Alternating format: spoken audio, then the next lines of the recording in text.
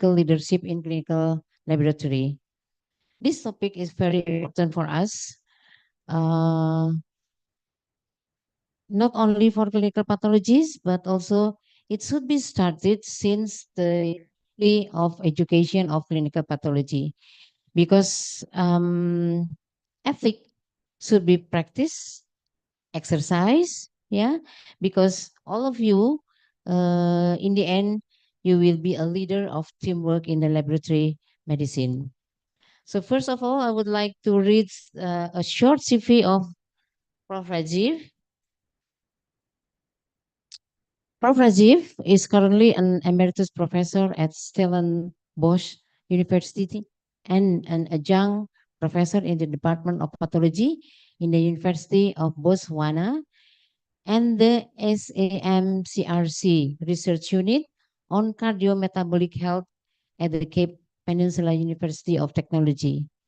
He was educated in India, Malaysia, all over the world, Ghana, and Nigeria.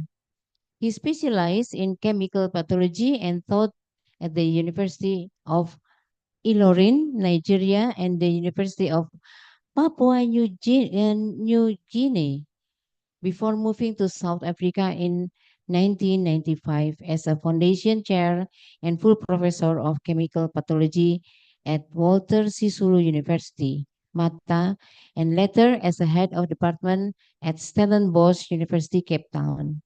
He has been a visiting scientist to the University of Virginia, USA, and Karolinska Institute, wow, in Sweden.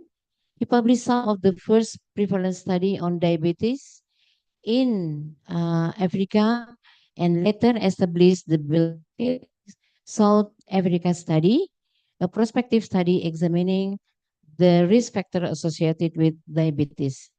You know, Indonesia have a big problem with diabetes.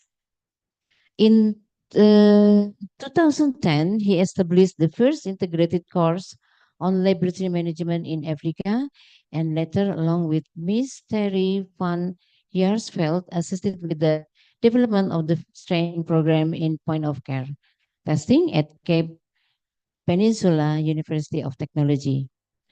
Prof. Erasmus is the past president of Confederation of Clinical Chemistry, or AFCC, and served on the International Federation of Clinical Chemistry, or IFCC, as relation. Prof. Erasmus co-founded the College of Pathologists of East, Central, and Southern Africa in 2010 and is its current vice president. He has an index H index of 43, very high, and has published more than 250 peer review papers. So we have an honor to have him. Prof. Rajiv, time is yours. Please. Good morning, everyone. It's fantastic to be here in Bandung.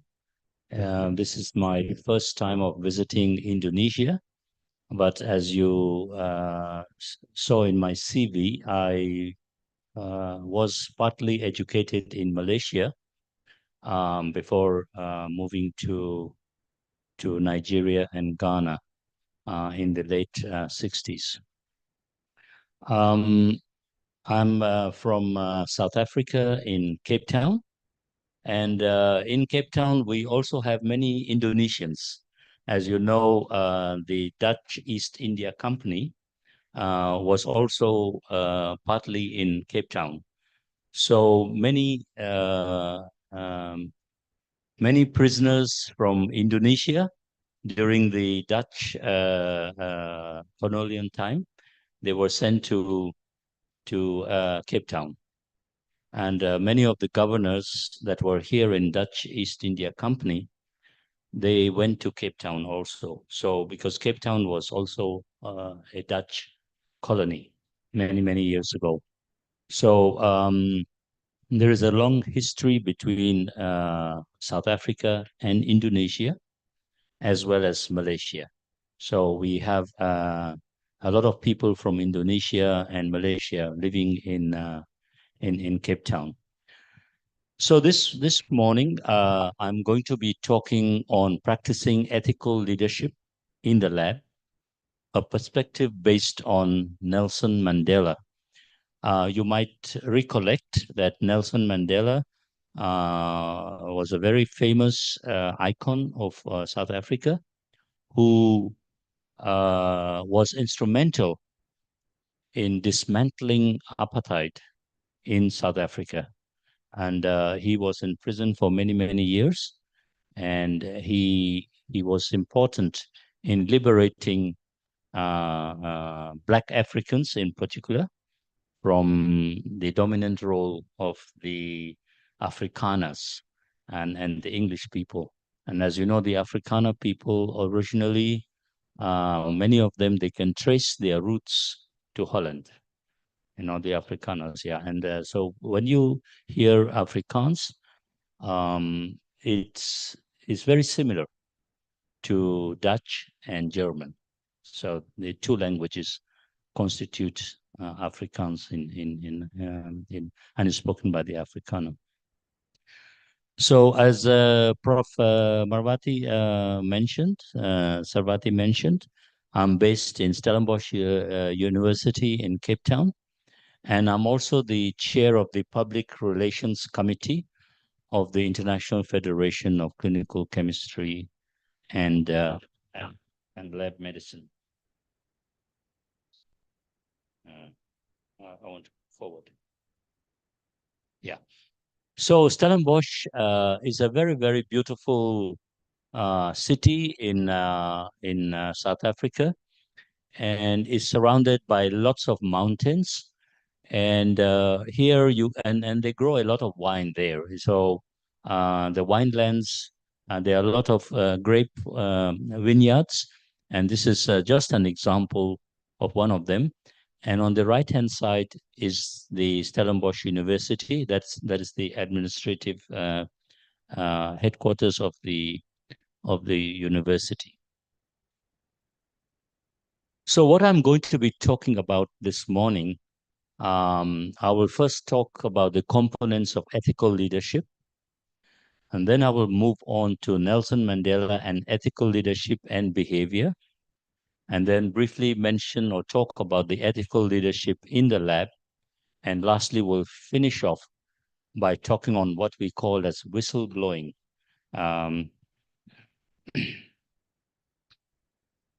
So let's begin by talking on what do we really mean by ethical behavior, because this is it's a very important component of ethical leadership.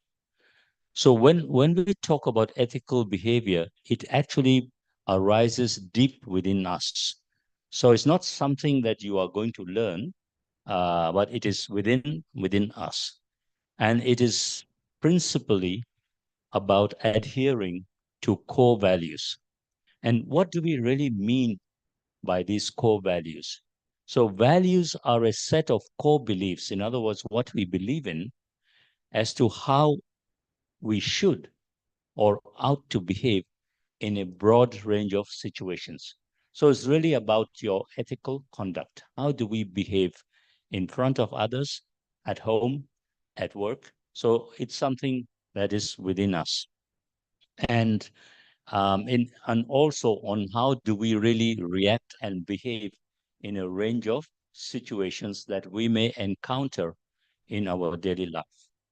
But what is very important as far as the lab is concerned, because we're talking about ethical leadership in the pathology lab, it is really concern for your team in the lab. So if you are a leader, you need to be concerned about the people you are leading in the lab. It's not about yourself, it's about leading others. For example, members of a great team do things together. So it is about teamwork. It's not about you. It is about bringing people together.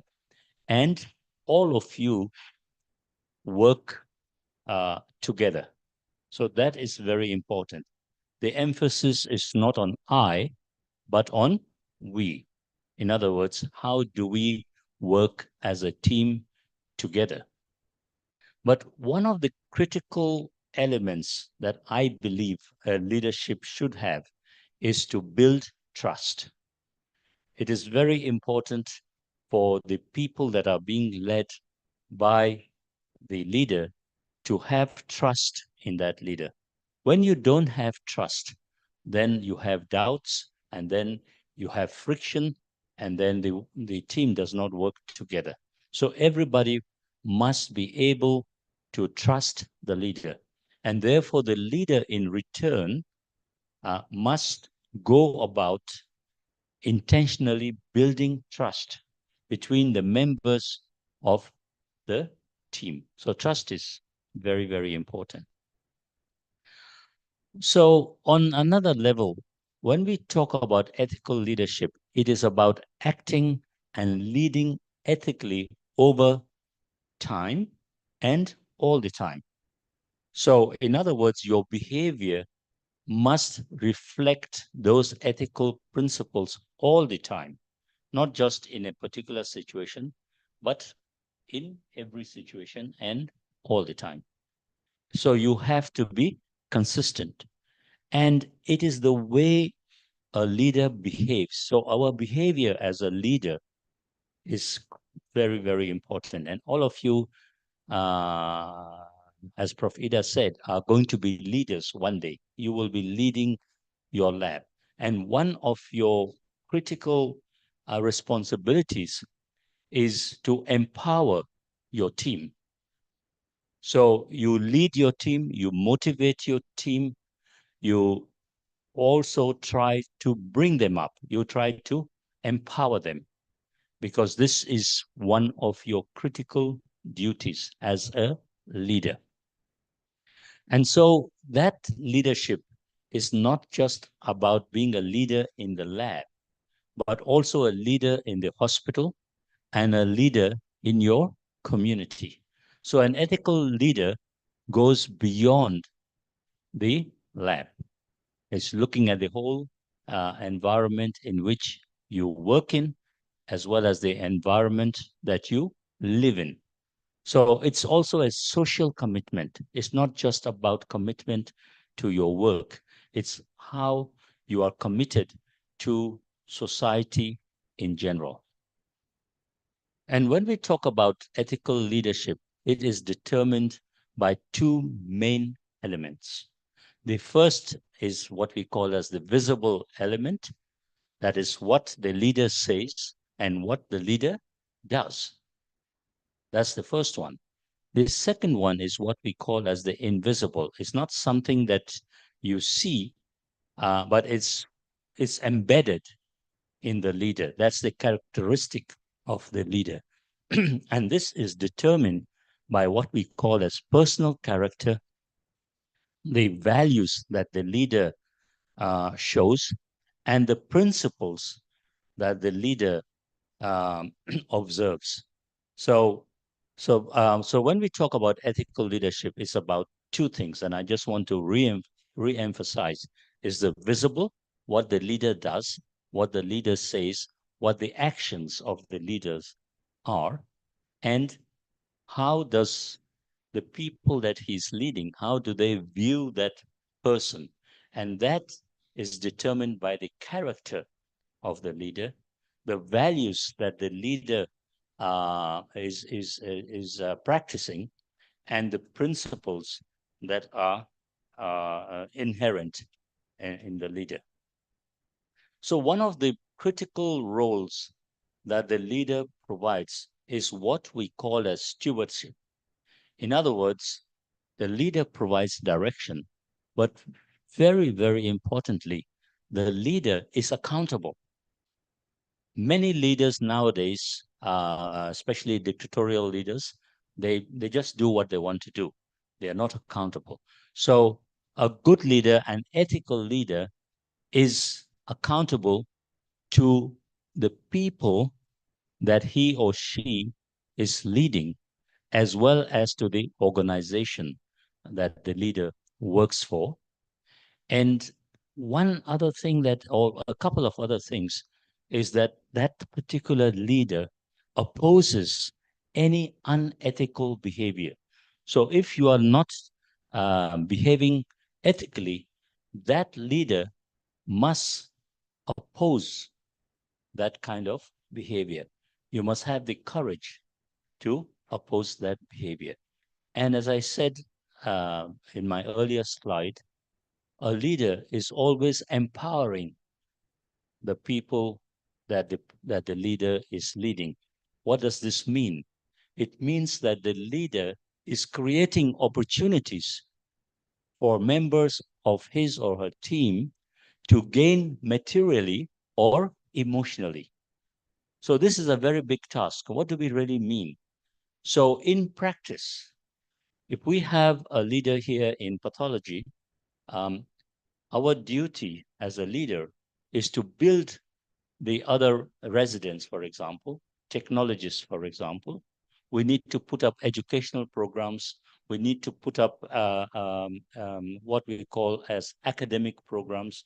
We need to put up a program for every person in the, who is working in that environment.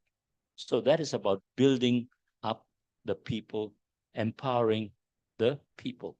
And also a leader is supposed to provide emotional support. This is very, very important. You have to be with your colleagues. You have to be with your registrars. You have to be with your residents. You have to be with your staff. So when they are having emotional problems, you have to uh, give them confidence. You have to build them emotionally. You have to sympathize with them if there is a problem in their family. So it's not just about work. It's also about providing social, you may say, support to your staff. And one of the things which is very, very difficult to do is that a leader must learn to forgive even those people who have hurt them. You must learn to forgive. This is something which is not easy, but you know that in all the religions, it's one of the very important things that we must be able to forgive somebody who has hurt us, somebody who has damaged us, somebody who has hurt us emotionally. But we all know that in practice, it's not very, very easy. And one other thing that is so important, and it is about learning from failure. So when we fail, we must not get despondent. Of course, this is a natural emotion, but how do we overcome failure? So you find out that many, many successful people, when you look into their background, you will find that many of them actually failed. And failure makes us stronger. So always remember, when you fail, it is those people who can get up and move on. They are the stronger people. They are the more successful people. And you learn from your failure. You learn from your mistakes. And that failure can be academic or it can be emotional. So there are different types of failure. So we all learn from failure. So let's now talk about Nelson Mandela as an ethical and transformational leader, because I'm using him as a practical example. Because, you know, we can come here and I can give talks to you. And then immediately I go out of that room, the talk will be forgotten.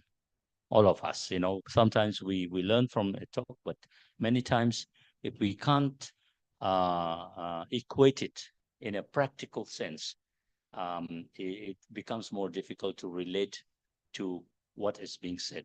So I always believe that if you can relate what you are talking about in a practical way, it stays more in our mind, and you can benefit more in terms of practicing what I call as ethical leadership here. So we all know that Nelson Mandela he has been recognized as one of the most influential, effective, and democratic leaders in recent times globally, not just in South Africa, but globally. So Nelson Mandela was what we call as a transformational leader who stood up for justice. So justice is very, very important as one of your core values. You must be just. And for what is right. You stand for what is right. His personality and dedication led to enact a change to the social system in South Africa. Now, some of you might not know what the social system was. It was a separation of different groups of people according to their color. So they had different grades. So the people of European descent, you call them the white people, they had a different system. They had most of the facilities. They lived in the nice areas. And then you had the people who were mixed. So we call them mixed ancestry. These are the people who are mixed between the Europeans and the Africans. And Cape Town is a town of mixed ancestry people. So nearly 60% of Cape Town is mixed, okay, between the European people and the African people. And then we have the Indian people also. The Indian people were brought to South Africa from India when Britain was the colonial master of India. And they brought the Indians to work in South Africa in the plantations. Some Indians were taken to Fiji, as you know, this is another island near Papua New Guinea. And some Indians were taken to South America in British Guyana. And so were people from Indonesia also. Some of them were taken, as I said, to Cape Town by the colonial masters here, the Dutch East India Company, because the Dutch East India Company was also ruling some parts of South Africa. So what happened was that uh, the people in South Africa were divided. And the majority of the people who were the black Africans were put at the bottom. So there was a lot of what we call a social injustice done to them, and they could not vote.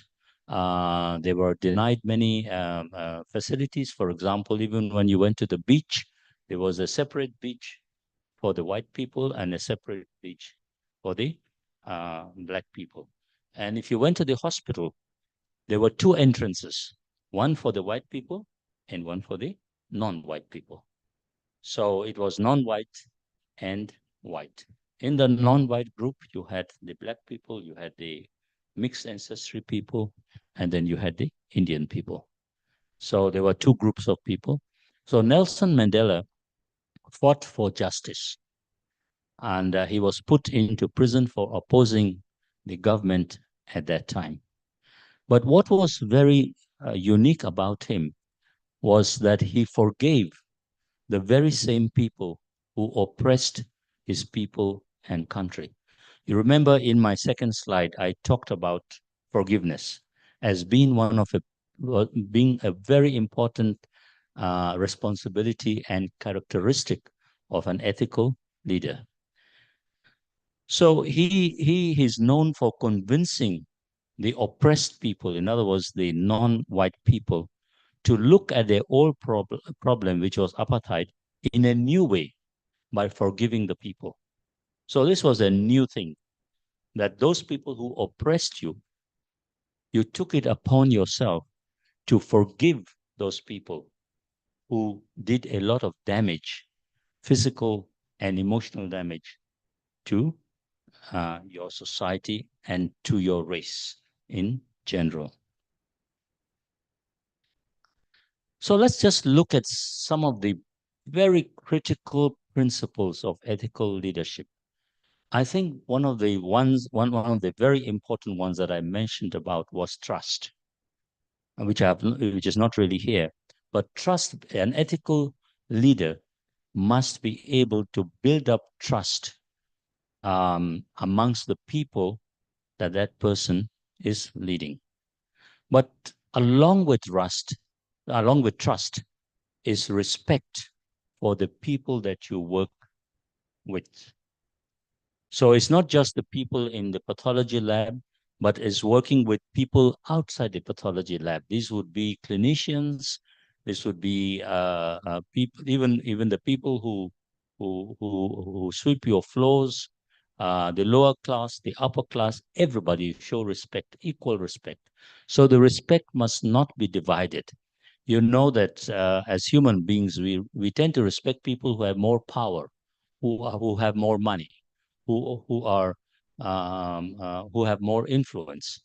But one of the principles, very important principles, an ethical leader must observe is respecting everybody, irrespective of their race, irrespective of their color, irrespective of their power, irrespective of who they are in society. So a good example, in some countries, um, people who are higher up, they don't queue up in a line. They will go straight to what they want to get. They have preferential treatment. And a good leader will always demonstrate that he or she is one of the people, because that leader is leading the people, and therefore the example setting is very, very important. In other words, that leader has to be humble. He doesn't have to show that that leader has the power, though we know that the leader has the power, but you have to show what we call as humility. Humility and being humble are key. And this we must apply in our lab environment. The other critical component is what we call as serving others. So servant leadership. So it is not about telling people to do what they are supposed to do, but by ensuring that you become one of the people. You want to solve their problems. You remember I talked about that. How do you become attached to the people you are serving, both emotionally, socially, and academically, because we are here working in an academic department. Now, of course, I've talked about justice and honesty. This is very, very important. A leader, an ethical leader, needs to be honest. Are we honest in our behavior? Are we honest in how we interact with our colleagues? So I will just give you an example. We had a professor in my university, and as you know, my visit here is sponsored by my university, Stellenbosch University, because of the links between South Africa and Indonesia. They supported my visit here. So when we are getting this support, we get an air ticket.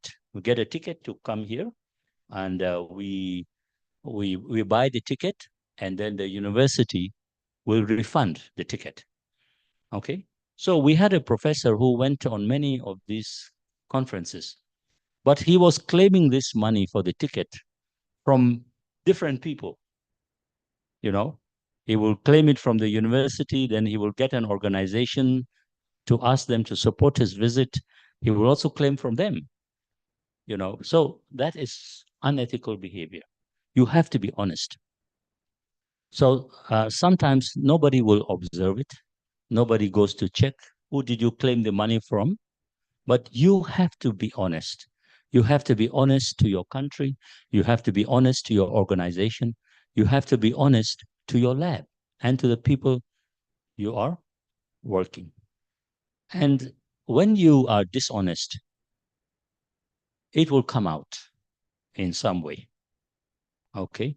And sometimes if it doesn't come out, it comes in different ways to your family or the people you associate with. So honesty is very, very important.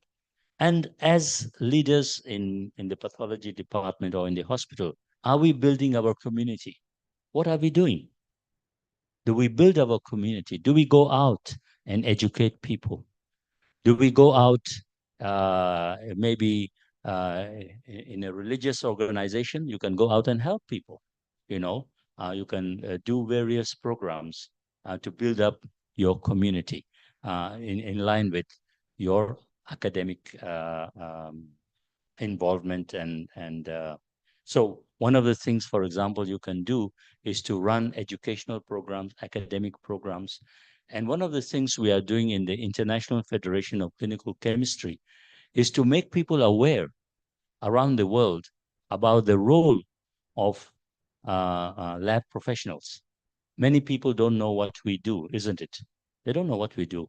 So your children, for example, can ask you, Papa, Mama, what do you actually do?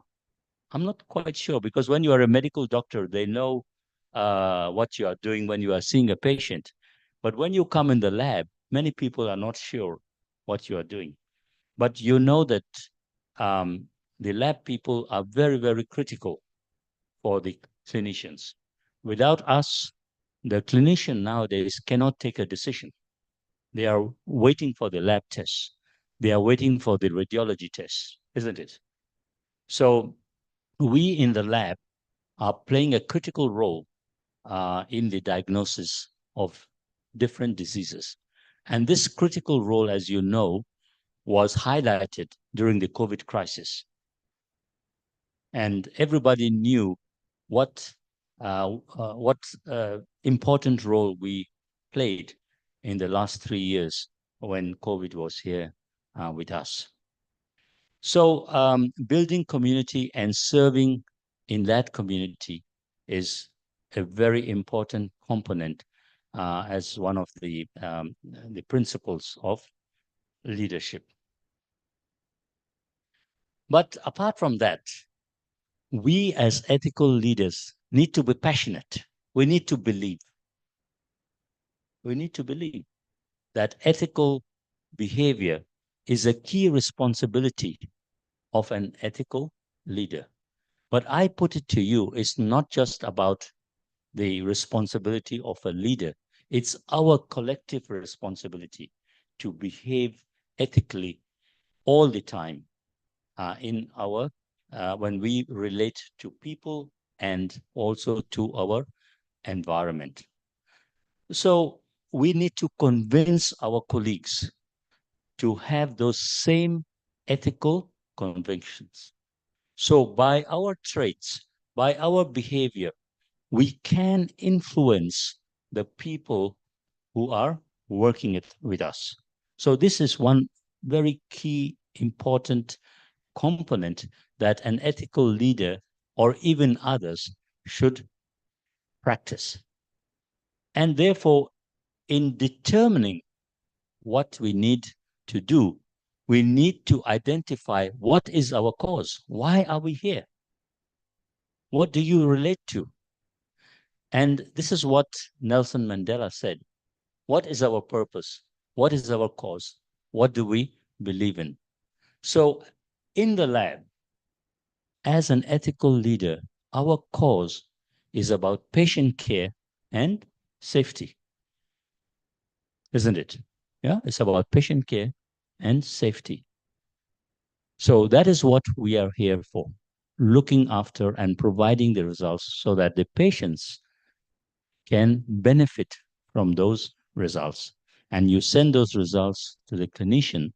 But what if those results were not accurate? That's our duty, isn't it? To make sure that the results that we provide are the best quality. So that is part of ethical behavior. So it is clear to us that the diagnosis and management of patients depend on the quality of the results that you and I are producing in our lab. But very importantly, we need to go beyond that.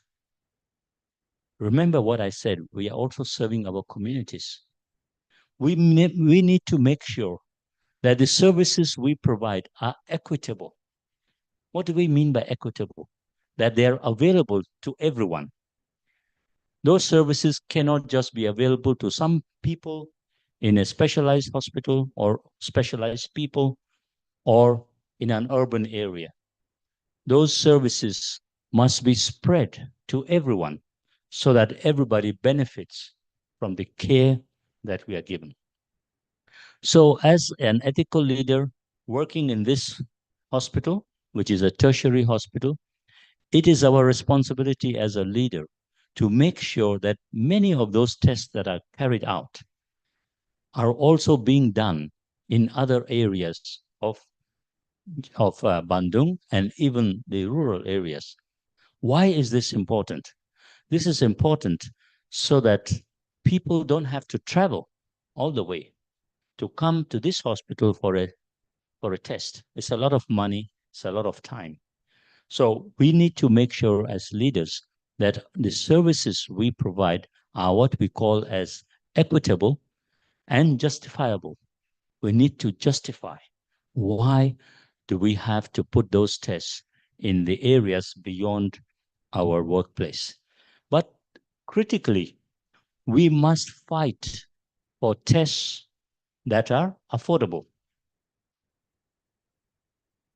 You know that many lab tests, many people cannot afford them. So we must fight for that you are providing an equitable service that is beneficial to everybody, but also it is affordable.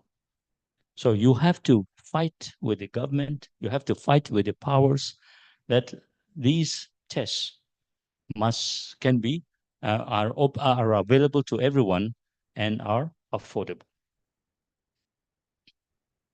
So this was a survey that was done some years ago, and it just asked, what does business ethics mean to you? You know that pathology is a business, isn't it? Yeah, we all here is a business. It's a business. Education is a business. So, but what I have been saying is that when you are an ethical leader, it's not just about what you do in your environment. It is beyond that. And that is what is called as ethical behavior, when you motivate, when you take care of your team. So this survey asked many people, many business leaders, people working in the hospital, and only 37% of them thought that it was not just about being legal. It's not conducting your business in a legal manner according to rules, but also engaging in socially responsible activities. So this is a very important component of good ethical leadership. You have to be socially responsible, not just working according to the legal environment, but also about looking at the people in a compassionate way, in a forgiving way, in a motivating way, in building up your team. So I just want to keep on emphasizing that. That is a critical component of ethical leadership. So I think we've talked about it. We motivate your team in the lab, but also don't humiliate them. So if a person makes a mistake, you build that person up. You learn from it, but don't humiliate that person. And Mandela said, you mustn't compromise your principles. So you believe in doing things right, but you must not humiliate the opposition, he said. Because a statement he made was that no one is more dangerous than the one who is humiliated. So when you humiliate a person, that person can become your enemy. You don't want to make enemies, isn't it? You want to win everybody. You want to motivate everybody. You want to build everybody.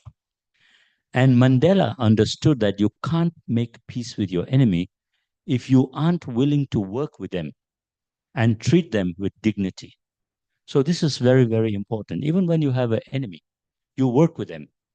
You bring them to a level where you both agree on, but not disagree on. And even if you disagree, you still maintain a relationship. You respect them. And so in the lab, it is the same. In the lab, especially in big labs, you are going to work with many different types of people. So you got to respect them, you got to work with them, and don't bring them down. Don't humiliate them because of their position. So whether it is an employee or a partner, when you engage in a debate, what is your motive? So whenever you're talking with people, what is your motive? Do you want to dominate them? Do you want to become closer to them? Or do you just want to win the argument? But in fact, in life, a good ethical leader wants to bring people together, not to make enemies, not to win an argument, is to bring them together. One of the things Mandela said was that leaders can change their environment, and it is in us to change our environment. So this is the reason why I'm going around giving this talk, because one of the things I share with Mandela is that we can change our environment. We can change the people we work with. We can improve the quality. Even if we don't have the resources, we can be proud of the service we are providing, that people trust in the results that we are producing, even when we don't have the resources. So ethical leadership is characterized by competency in practice and involvement in quality management. So are you competent? That is so important. What do we mean by being competent? Competency is being able to do things the way they should be done. That is competency. You may be trained, but you may not be competent. So they are different. And therefore, in the lab, we need to promote quality at all levels and motivate, as I said previously, to motivate participation. So you can't have a situation in the lab where you're only supporting one group of people. That's going to build enemies. You need to support everyone. You need to motivate everyone. And leaders need to influence all staff to ensure that quality is everyone's business. So please don't think, when we're talking about providing a quality service, it's just the responsibility of the technologist in charge or the pathologist in charge or the head of department. No, quality is our business. It's our collective business.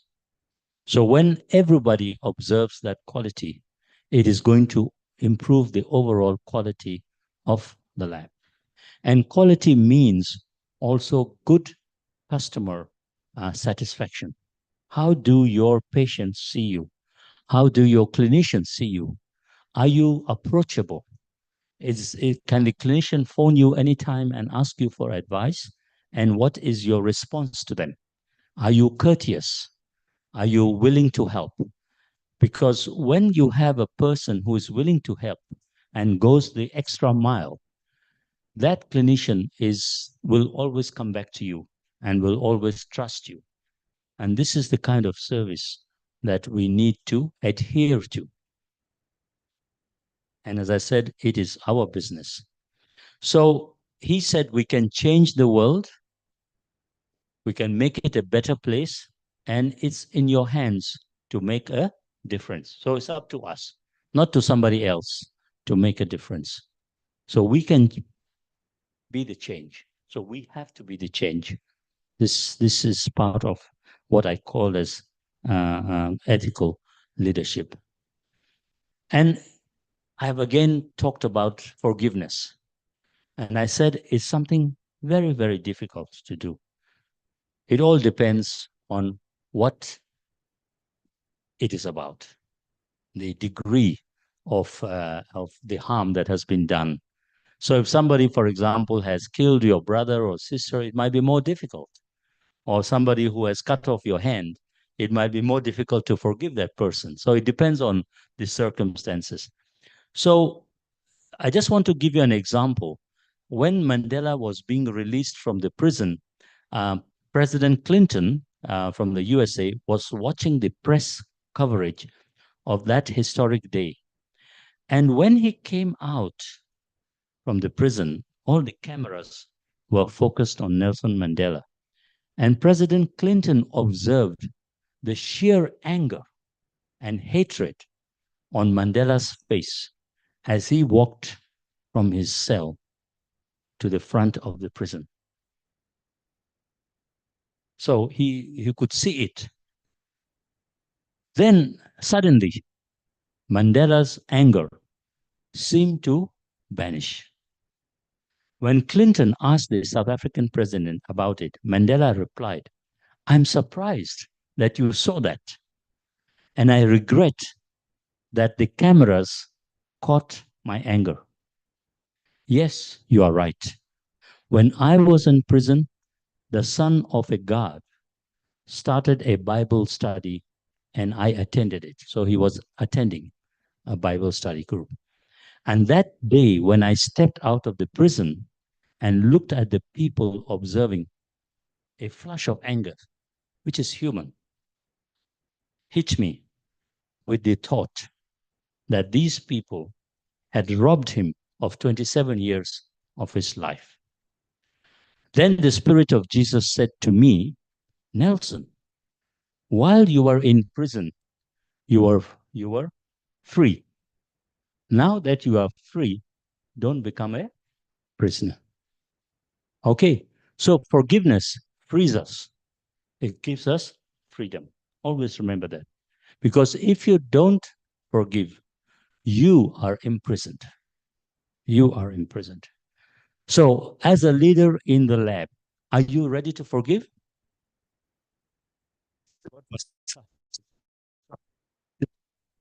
It's difficult. Sometimes when somebody hurts us, we keep it in our heart, right?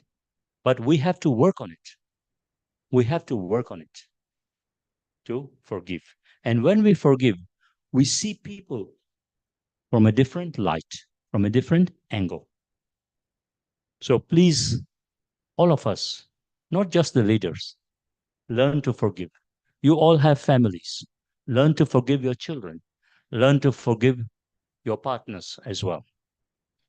So this is something I also have a problem with, forgiveness. So I pray about it. And when I pray, it gives me peace and I can go and seek forgiveness. So it's not an easy thing to forgive. And every day, as an ethical leader, we need to look at ourselves. We need to look at ourselves. We need to examine ourselves. Are we doing the right thing? This is called as self-awareness. So in the lab, we have to look into the mirror and be the change. We have to be the change. We have to change our environment through our ethical behavior. So, a few weeks ago, I was watching a documentary. And in the documentary, the person who was speaking, he made a very profound statement. He said, "What have you done today? What have you done today to change the people, to change the environment? What did you do? Did you smile at someone?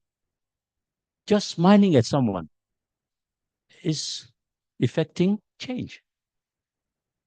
Just smiling. Did you make somebody happy? When you were coming to work, did you make somebody happy? That is about changing.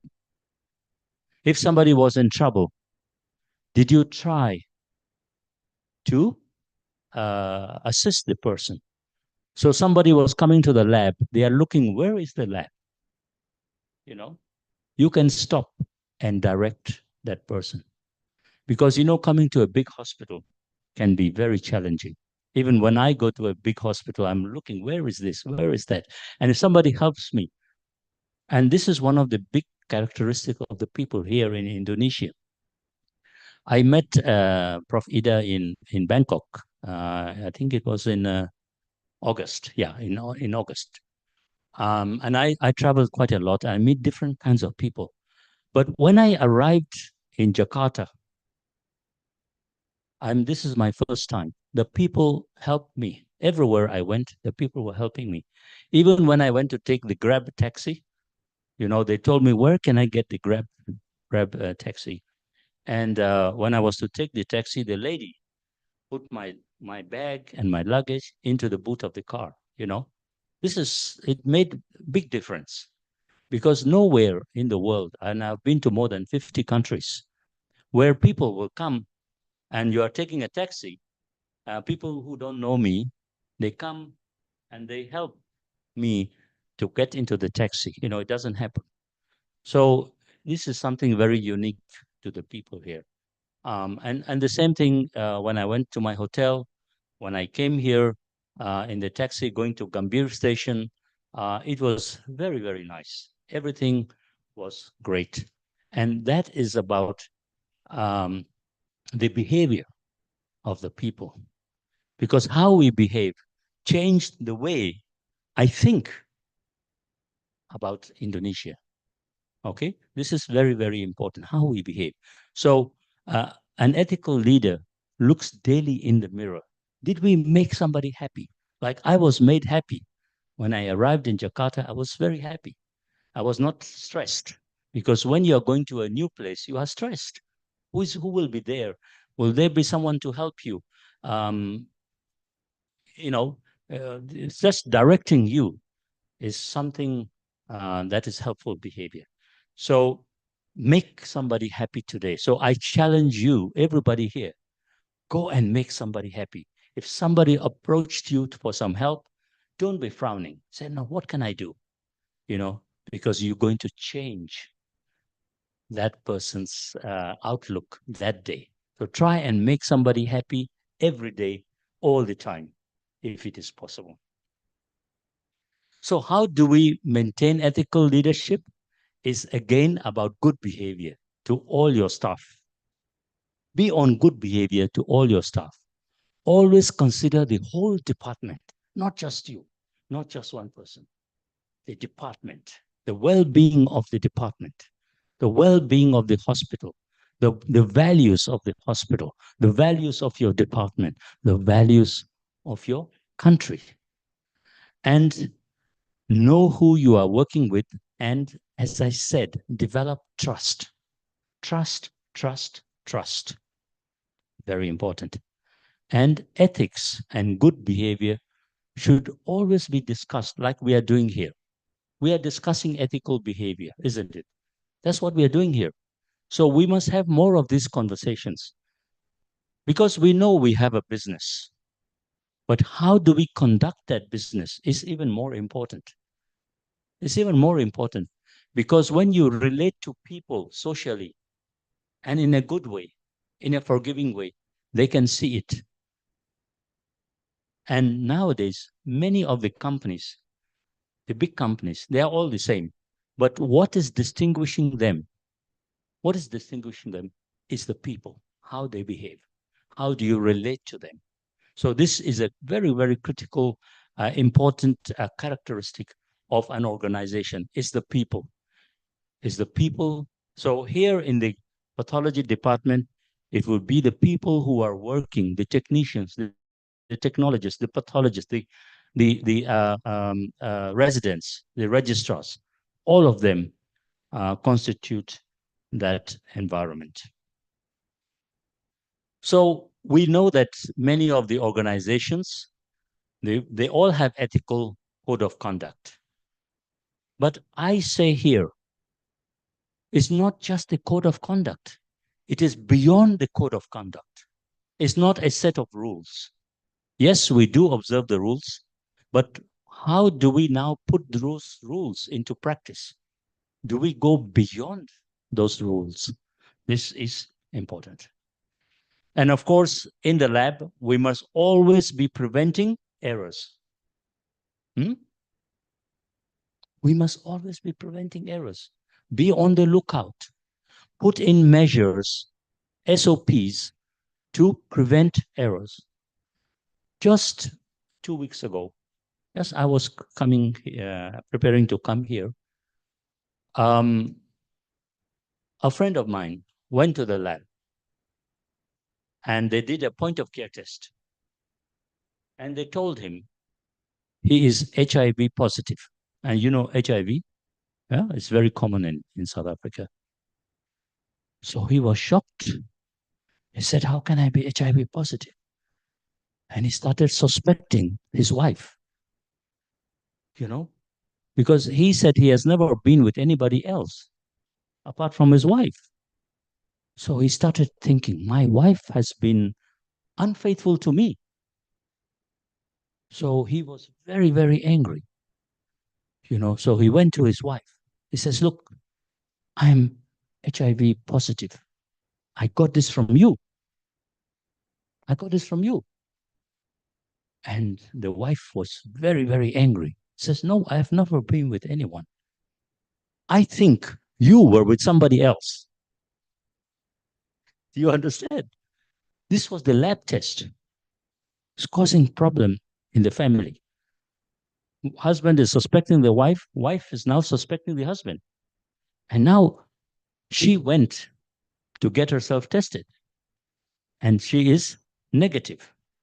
So she came back very, very angry. So you have been unfaithful to me. I am now going to divorce you. I don't want to be with you. But the husband then said, okay, let me go and get myself retested. And they found out that he was HIV negative. It was the lab that was at fault. So something happened. So it is our duty. It is our duty to ensure the quality of our results are of the highest standards. This is, because it is also ethically part of our duty to ensure that we give the results that are of high standard. So risk management and prevention of errors is a critical component of ethical leadership. So we as ethical leaders must ensure that you have ensured that there are ways to contain the risk. So, for example, yes, labs can make mistakes. We all know that. But what have you done to minimize the risk of error? How often do you look at your EQA programs? How often do you look at your internal quality? How often do you review the safety procedures? This is a critical component and behavior of an ethical leader. But very importantly, the lab results must be correctly interpreted and respond to those lab results. So if you have critical results, are you responding to them? Are you responding to them in that window? Or do you just wait for 1 hour, 2 hours before you phone those results? No. If you have a critical result, it is your duty to ensure that those results are communicated to the clinician or to the nurse or the healthcare provider within a certain time, maybe 5 minutes, maybe 10 minutes. Those are some of the rules that an ethical leader has to impose in his or her lab environment. And here, this means that every week you must discuss what errors happened in the lab. When I was in the US, on Monday morning, we had a lab round, what we call as a lab round, where the technologists, the head technologists, will report at a meeting what mistakes they made. How can we correct those mistakes? And what mistakes could happen? How do you mitigate those mistakes? So they used to have that. So I actually learned from it because in my own environment, we never had a lab meeting like that. So on Monday morning, 7:30, there will be a brief 30-minute meeting with all the technologists, the head of the lab, and the pathologist in charge, and so on. So this is our duty to make sure that we are trying to identify mistakes, but learning from it and trying to prevent those mistakes. And there is, as you know, what we call as a legal framework for the lab. You all know the legal framework, okay? The legal framework is very much related to what we call as the guidelines of how we work and what we call as the quality management structure. And this quality management structure, as you know, has been put out by the CLSI, by the ISO 1589, and by the World Health Organization. So all the guidelines on how we are to maintain that quality management structure are there. But one other thing that's never talked about a lot is what we call as conflict of interest. Conflict of interest means that you have interest in other things that are not within your environment. Maybe you're working in a lab and you have a business outside, and you are trying to bring patients to your own business. Maybe sending patients from the lab and say, no, the test cannot be done. Please go to this lab. That is called conflict of interest. So it is very, very important that you declare your conflict of interest, and you need to ensure that that conflict of interest is stated to your employers. So in my lab, we had a case where we employed a very, very senior person who was into molecular diagnostics, but this person also had a lab outside that was looking at molecular diagnostics. And so we were wondering, is it ethically right for us to employ that person, even though the person has declared that, and it was a female, she had a lab outside. And we had a big debate about it. And eventually we accepted that employee because the lab was mainly concerned with research and not with routine diagnostic tests. So this is very important, that we need to respond in an ethical manner to any personal or staff conflicts of interest in the lab. So what does an ethical leader therefore, sorry, what was that? So one of the responsibilities, the key responsibilities, is an ethical leader must identify the risks. So what we call as risk perception. Okay, so in the lab, for example, what is one of our major risks is that the sample integrity might be compromised because of transport.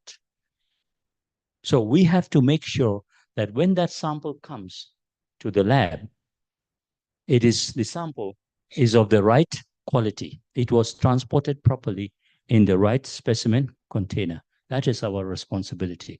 Because if the sample is not right, then everything is not right. So risk perception is very important. The safety, the leader is the voice of safety. And so it is the responsibility of the leader to ensure that all the staff, all the patients are safe. All the procedures carried out are safe. And there should be no ethical ambiguity, meaning that you must have one set of rules, not different set of rules for different people. One set of rules that everybody must observe them. So risk perception being the voice of safety and preventing ethical ambiguity regarding work decisions is a critical component of the ethical leaders. So what do we mean by decisions? So you don't show favoritism to certain people. The decision must be made according to a set of principles. Now, the last one that I'm going to talk about is what we call as whistleblowing. So if something is going wrong in the lab, people should be courageous enough to say what is happening. Okay, they must not be frightened. And the leader must encourage. The leader must encourage that. Okay, mustn't try to suppress, but try to encourage people to talk about what is going wrong in the lab, but also what is going right in the lab. And some very, very a very important example was that of Jeffrey Wiggand, who revealed that tobacco companies were fully aware of the harmful health effects and addictive nature of smoking cigarettes. So the companies that sell cigarettes 40 years ago, 50 years ago, knew about it. And he was one of them who whistleblowed and went to the press and talked about the harmful effects of tobacco.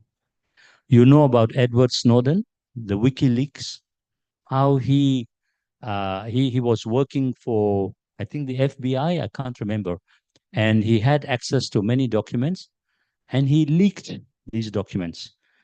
And we then found out how the American government, for example, was involved in many undercover operations throughout the work, what we call as WikiLeaks. Okay, and I think he's still in prison somewhere. I think he was in the embassy in the UK for some time. And you know about this lady who knows about Elizabeth Holmes? She has just been imprisoned. Yeah, she knows. She was only 25 years, 10, 15 years ago when she said she could, she started a company called Theranos, and it became a very, very big company. Many people invested, but it was found out later that all that she was saying was false at that time. Okay. And it was a $9 billion scandal. So she did this with her boyfriend. Him and her established this company. Both of them now have been jailed almost 10 years later or 9 years later. So I would want to conclude by just examining once more who is an ethical leader. So I would like to divide them into two. One is the personal traits, and the other is how we conduct ourselves. So when we talk about personal traits, we talk about a leader who listens, who is honest, who is concerned for others, who is focused on the greater good, not on herself or himself, but on the greater good of everyone. And that's why when we look at your president, you must ask, is this president for the good of the country? Or is this president only about himself or his family, or enriching himself and his family? We know that we have many leaders like this. Is it about improving the well-being of everybody? Is the president humble? Is he approachable? Can everybody talk to that president? This is what we call as the traits. And then, of course, professional conduct. How do we behave? And I will not go into that. I think we've already talked about that. So just to conclude, in this room, there are many leaders. Some of you are going to be leaders. Some of you are already leaders. Let us all examine ourselves. Let us all look inside and see if we are building our labs. Are we building the people in the lab? Are we achieving the best quality? Are we? Now we have what is called as Sigma metrics. What is your Sigma score? Because Sigma metrics is about integrating all levels of quality into one score. So we talk about accreditation, isn't it? That's a kind of a score. But Sigma metrics is even better because it's a number. Because when you say that your lab is accredited, you can say this lab is accredited, that lab there is accredited, the private lab is accredited. But what is your score? Because you can all be good, but some will be excellent. So when we go and do an exam, they say you are level A. But within that level A, the highest one, you will have some people scoring more than 95. Some will be 90 because level A is between 80 and 100. So that's the same thing in our lab. We talk about Sigma metrics. What is your score? You can all be accredited, but is one lab better than the other? And one of the things that distinguishes lab is the behavior, customer satisfaction. And that comes from good ethical leadership. But above all, like Mandela, we need to be transformational. We need to change everybody. We need to serve everyone through kindness, compassion, justice. That everybody who comes through that door, we give them a good service. This is so important, just as Mandela did. So I just want to leave this, end this talk. Are you a Mandela in your lab and organization? Question yourself. And then again, good people do not need laws. We don't need laws. You are good from inside. That's what I started my talk with. So we need to act responsibly. Nobody needs to tell us that. While bad people will always find a way around the laws.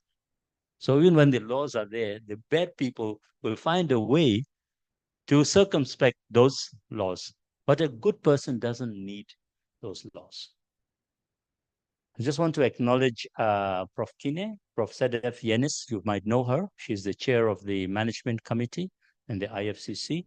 And of course, Forbes magazine, from where this some of the things that I took.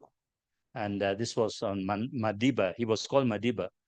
5 lessons Nelson Mandela taught the world about change. So this, what I've shared with you, is actually taught to business leaders. So failure and forgiveness are very, very important. Thank you so much for your time and listening.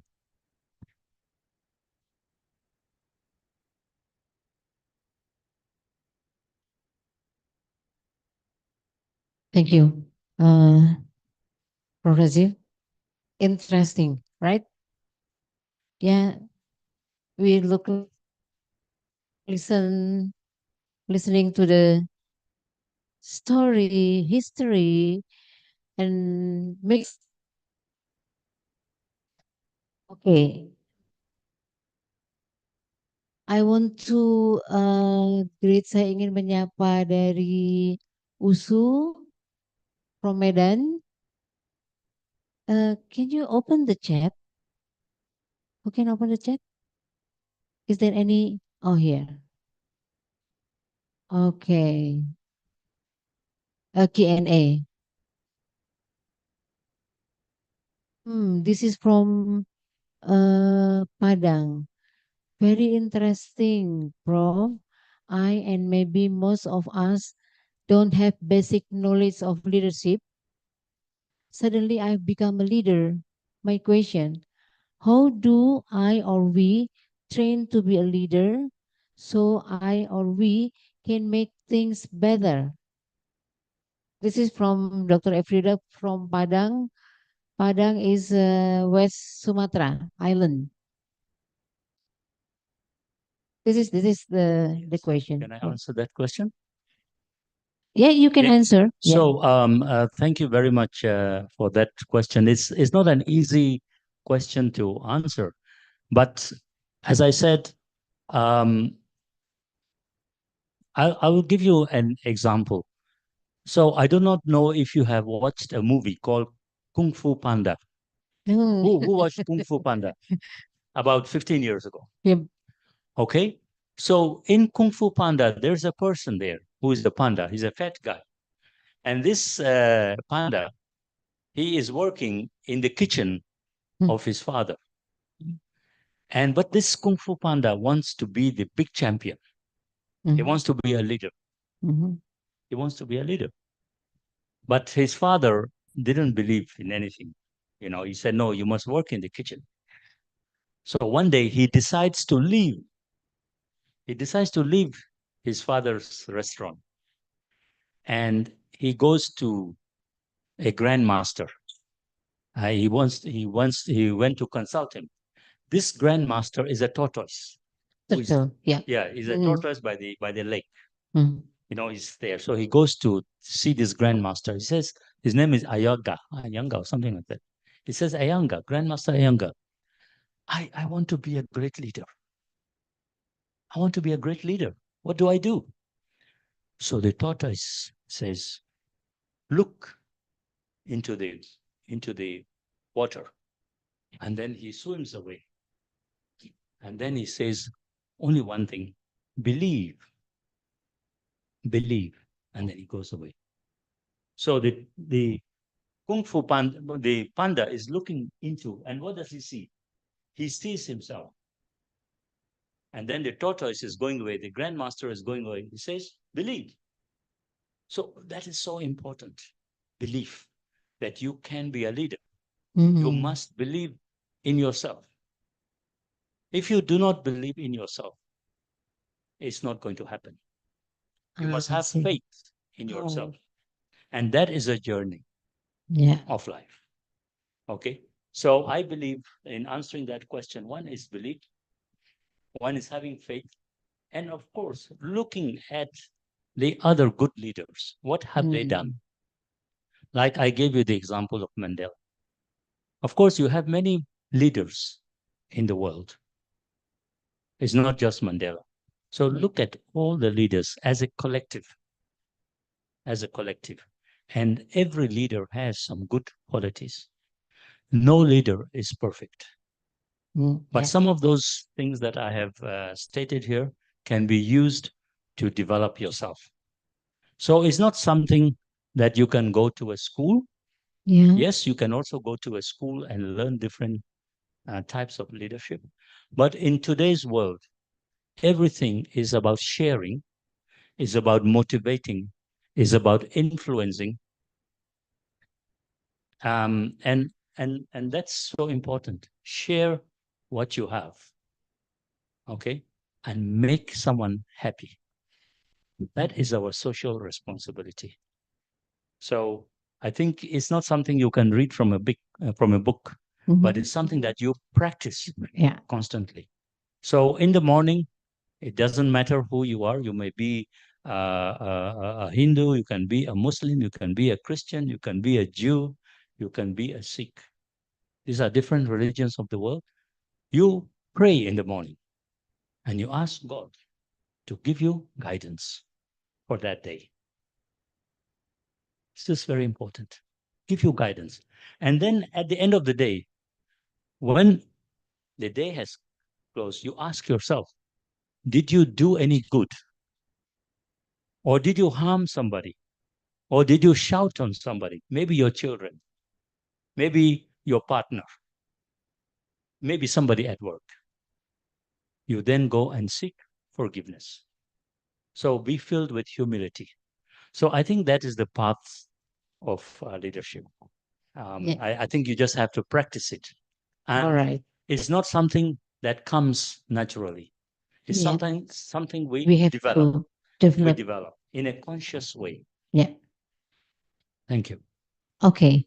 Yeah, Dr. Evelina. I think that's a comprehensive answer from Prof. Rajiv. And the next question is from who is this? Oh, this is from Malang. Malang is in the eastern part of Java Island. My name is Dr. Brian from Saiful Anwar General Hospital, Malang. I'm interested about your illustration related to Nelson Mandela and how he forgave those who trespass against him. I would like to ask, how do we keep the proper balance between ethical leadership and forgiveness while still keeping our strength and dignity as a leader? Good question. And second question, in a nutshell, what approach should we take so that we can be a good leader where our staff are still being open to us, but we still have the power to ask or to control them instead of being too close to them and hence making us into a powerless leader figure drown amongst our staff.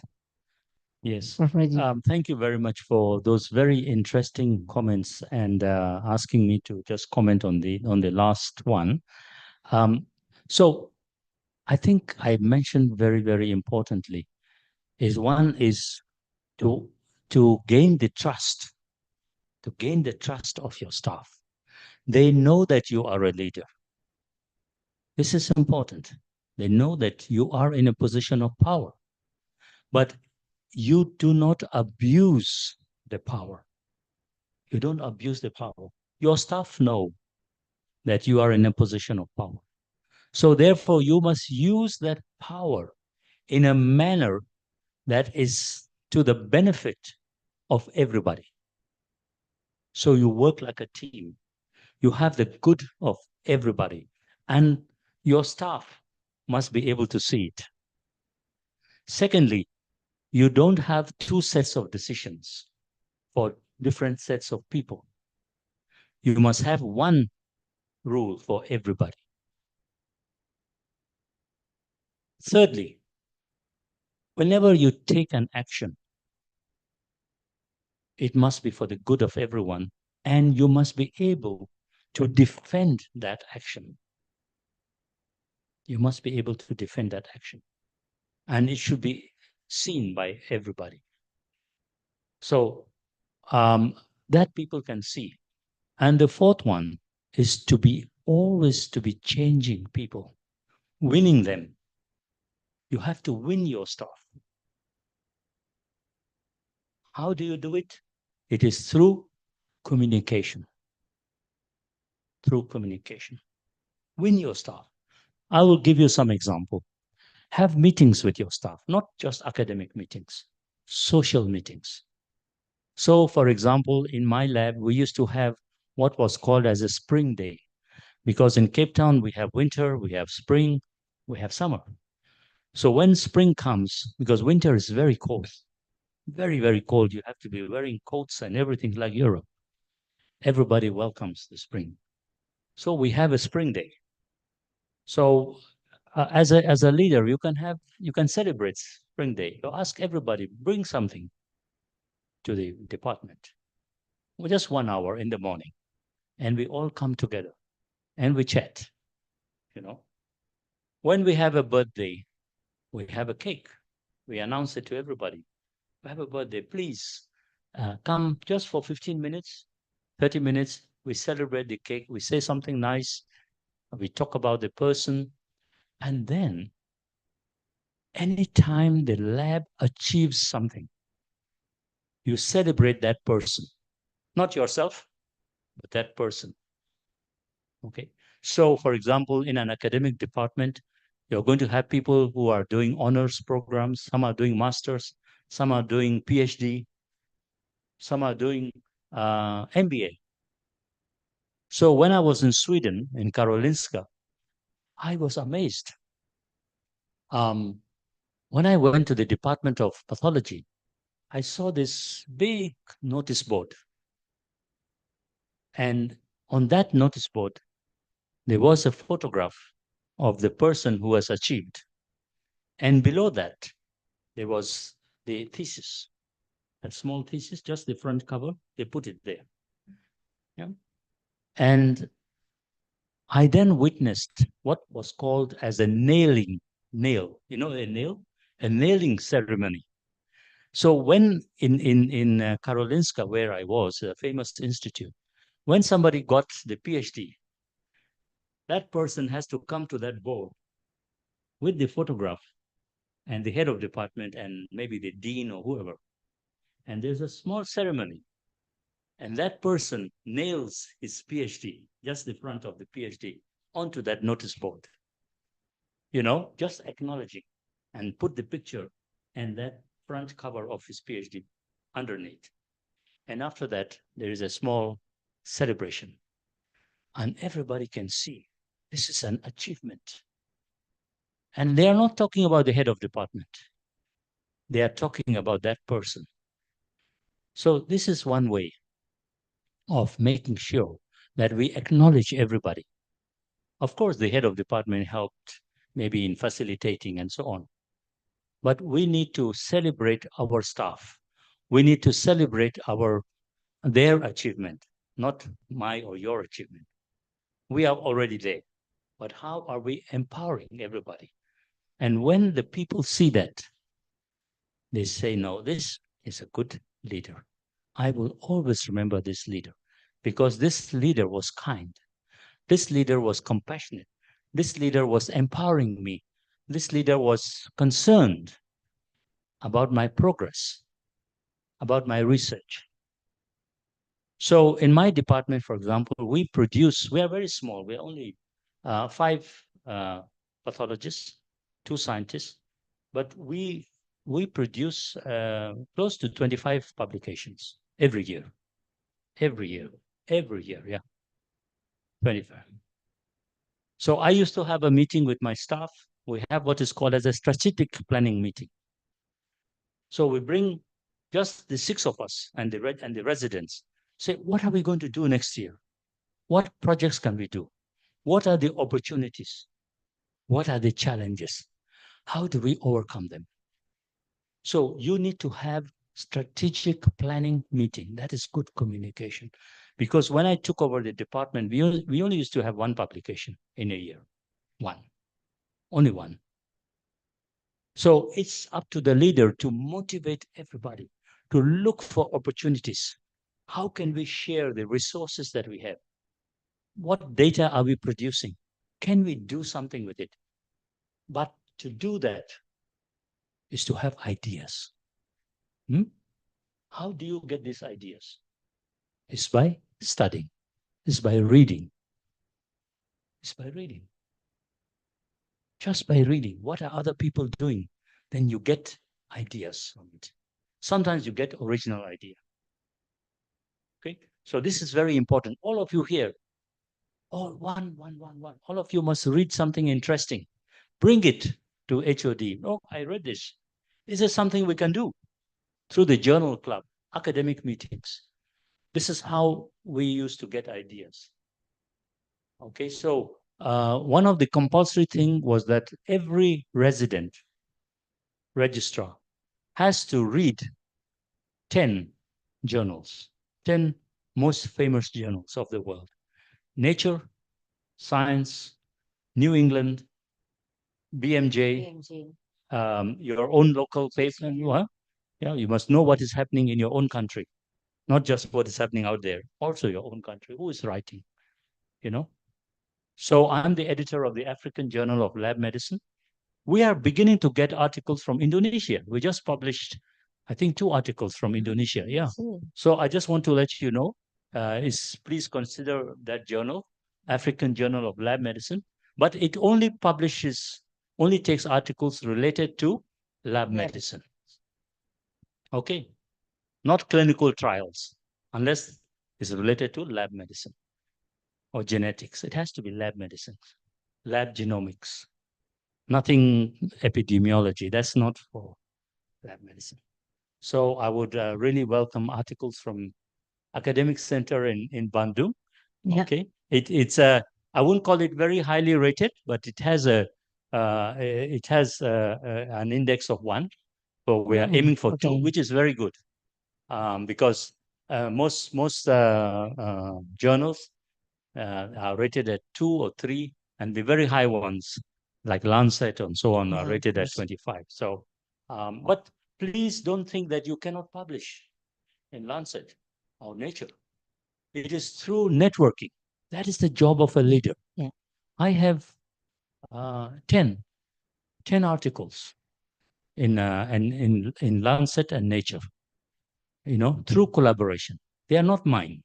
Yeah. Okay? Through collaboration, because we are doing a worldwide study on obesity and diabetes and hypertension from somebody in Imperial College in London.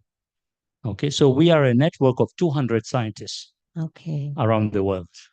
So please, as a leader, you must network. Like I came here, I met you in Bangkok. That's how we networked. This is why I am here. Right. Thank you very much. Yeah, right. Okay. Is it answer your question? I think so, yeah. Okay, so the next question is from Jakarta. Thank you for your great sharing and presentation, Prof. I'm really interested on your statement about trust. As we know that it's really hard to gain and also maintain trust with people. Maybe you can give us some enlightenment What can we do as leader to gain trust if we had broken it before? Oh, okay. Okay. So this is also a very difficult question. Trust is something that you build over a period of time. Okay. So one is that one of the biggest thing I think is when somebody comes to you with a problem, you must keep it confidential. Okay. You must not gossip. Yeah. A leader must not gossip. So if somebody comes to you, then you go to some other person, then you start talking about that person and saying, you know what happened today? So and so came to me, and this, because that person is now going to broadcast it everywhere. Okay. So this is very important. As a leader, if somebody comes to you with a problem, that problem must stay with you. It must not be shared. And nobody's name must be shared. When you are talking at a meeting, don't try to pinpoint somebody, you know, because that can also cause mistrust. Because if you try to say this is the person responsible for this mistake, no, that is going to cause mistrust and enemies. So we learn from our mistake. So when we do have a root cause analysis, for example, we don't want to start saying this is the person, that is the person. No. Rather, what was the problem? How do we address it? We, and not one person. Okay? That is how you build that trust. So people know who is at fault. Everybody knows. Even the person you're talking about knows. But you don't start to humiliate that person. Remember in my talk, I said, don't humiliate anybody. Okay? Don't. Always say, no, how can we win the battle? We are going to win. We are winners. And we therefore need to motivate everybody. Even that person who is at the bottom, we need to bring him or her up. Thank you. Yeah. Thank you, Razu. And then maybe from in this room, Dr. Anton, please. Thank you for your I think this is I think we are enlightened by your speech. So this is surprising because we feel that you presents your idea and your topics with compassion. That's the characteristic of a good leader. So yes. Yeah, agree? Yes. Everybody agrees, yes? So as a good leader, lead with compassion, lead with forgiveness. So what I really want to ask, what is the position of uh, subordinates review to the leader? So usually in laboratory medicine, or I think in different parts of professions, not so many 360-degree review to the reader. Leader who leads, and they usually don't think that they will receive review from their subordinates. So what is your opinion? Thank you. Yes, I think just to emphasize that empathy, compassion, forgiveness is something that everybody can see. That is so important that it must be seen from within you. Okay, so when you do a 360 degrees evaluation, you are getting an opinion from every group of people in your environment. Of course, you are not going to please everybody. Yes. You are not going to please everybody. But majority of the staff should be able to see that you are a compassionate person. I will give you an example. So we had somebody who is coming late every day to work. Is it? You know, How do you deal with that? How do you deal with that? Because some of your staff are angry. Why this person is coming late? I come on time and I'm doing some of the work, because the work is not shared equally. So in such a situation, what do you do as a head of department? Do you just go and discipline that person? No. But you try to understand the problem. What is the problem? This is so important. What is the problem? And how can we try and mitigate that problem? Because the moment that staff now sees that the head of department is trying to find out the reason, his behavior is going to change most of the time. Okay. So that person will be able to see that my boss is trying to understand the situation. I know I'm wrong. I know I must come at this time. So that is empathy. That is empathy, and people must be able to see it. So we also have a 360 degrees evaluation from different people. So remember, when you are talking about a 360 evaluation, you are talking about senior staff above you. You are talking of the staff who you work with. You talk about residents and registrars. You talk about the teaching staff, and you talk about the technical staff, and you talk about the technicians and even those who are lower. Okay. A good example is when people are coming to clean your office, what do? Do you just keep on working? Or you smile at them, say hello, welcome, thank you so much for cleaning my office. We know it's your job. We know it's your job. But because those people can see you are busy, but you take your time off to acknowledge them. Because many people, when the cleaners come, they just, they don't acknowledge them. They feel too big. Not everybody, but when you acknowledge even the junior people, we know we acknowledge the senior people, but do we acknowledge the junior people? No, many people don't. This is the mark of a leader. A leader is humble. A leader is humility, is filled with humility, because that person is respecting everybody. Sometimes the people, Lord, will come to you with a problem. Sit down with them.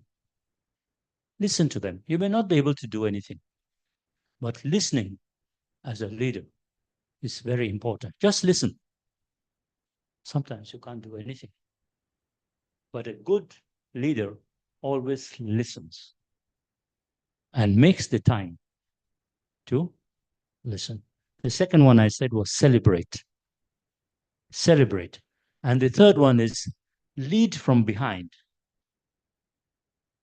Okay. Lead from behind. But when there is trouble, be in front. It is also it's like a tagline from leader of education in Indonesia, yeah. Lead from the behind. Yeah. Support from the middle, and what is in front? Yeah.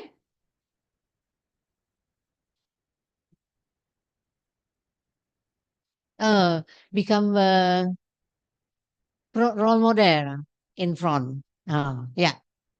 So it fits with our national tagline in education. Yeah. All right. So we go back to the. This is from Malang. As a staff, how do we do ethical whistleblowing? As a leader, how do we build a system that encourages whistleblowing without making the staff being frightened of the accusation and social stigma or of snitch? Whistleblowing. Okay. So In our lab, we have what we call as a lab manager, okay, which is different from the boss, from the head of department, okay?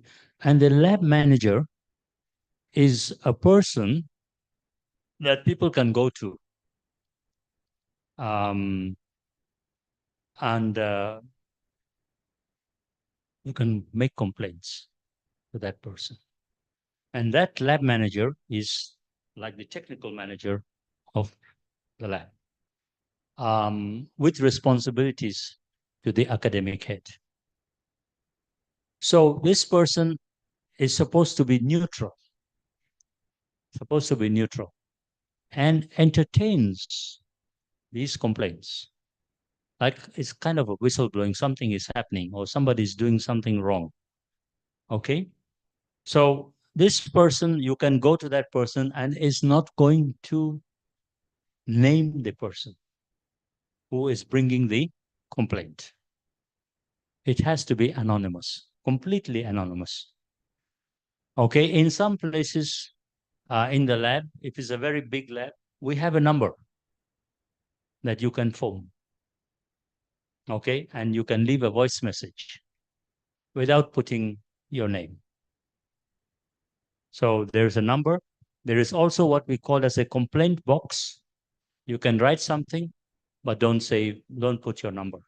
So there are three ways you can do it: through telephone, through a voicemail, and then through a personal interaction with the lab manager. So for example, the example that I gave, this person actually went to the press.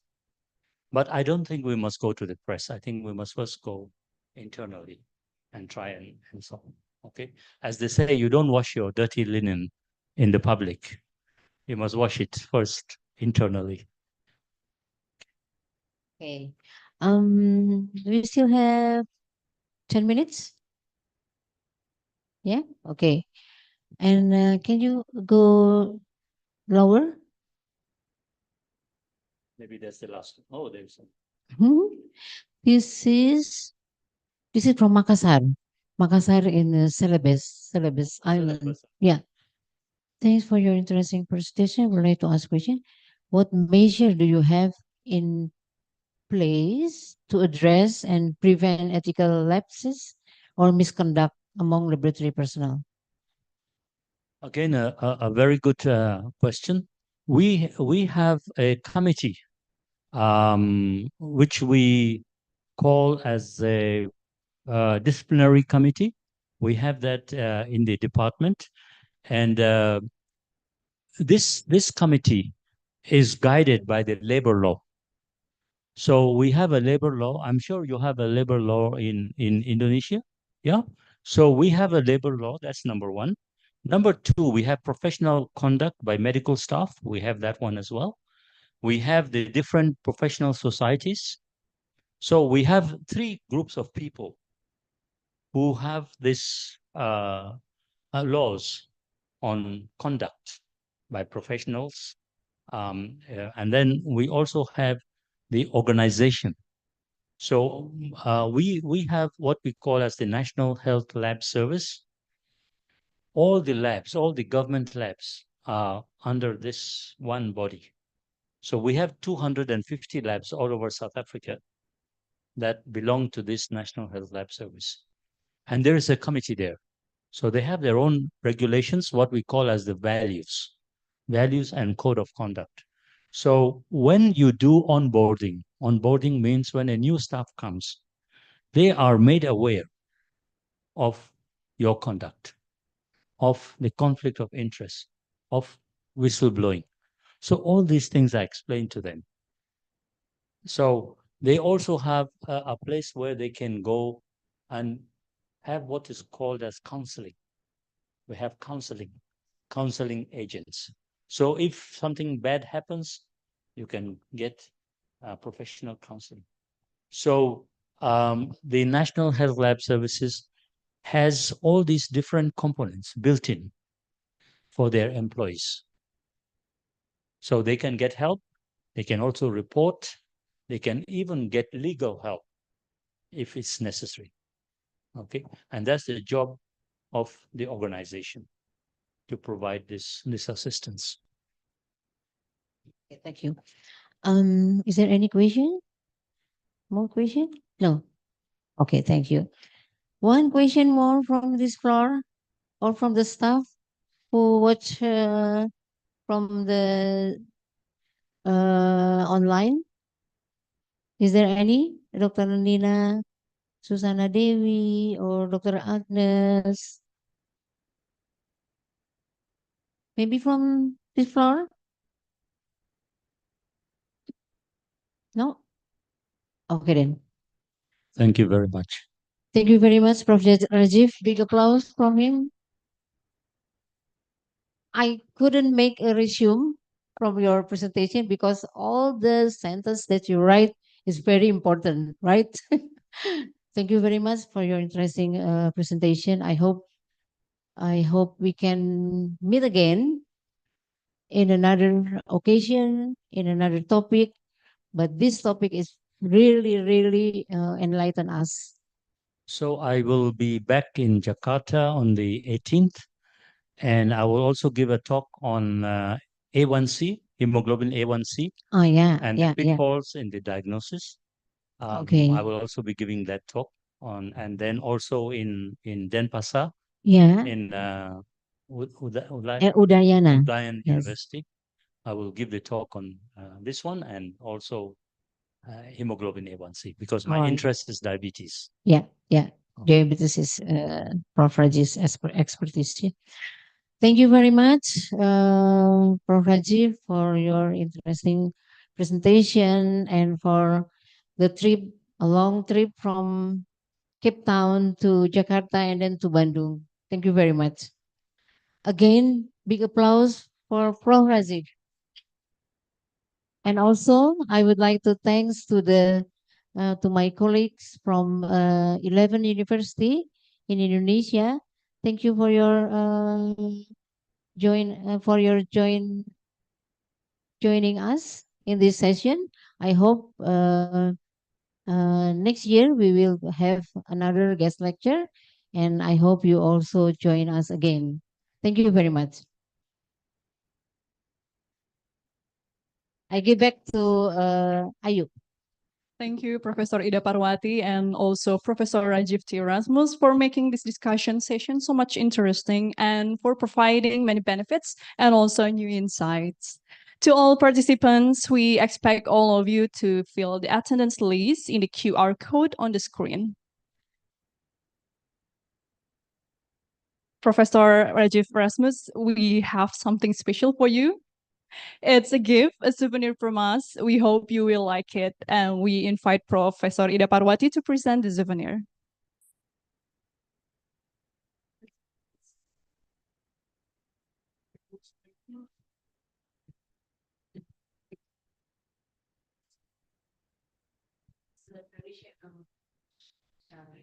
Yeah.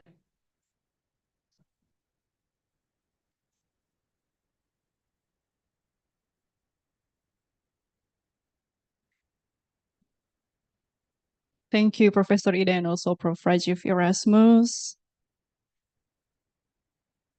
As we near the end of our program, I want to express my gratitude to each and every one of you for active participants and engagement. And before we end this event, I would like to remind to all participants, do not forget to fill the attendance list in the QR code on the screen. And also I would like to invite Prof. Rajiv, Prof. Ida to sit in front of the audience to take a picture together, and all the staff also.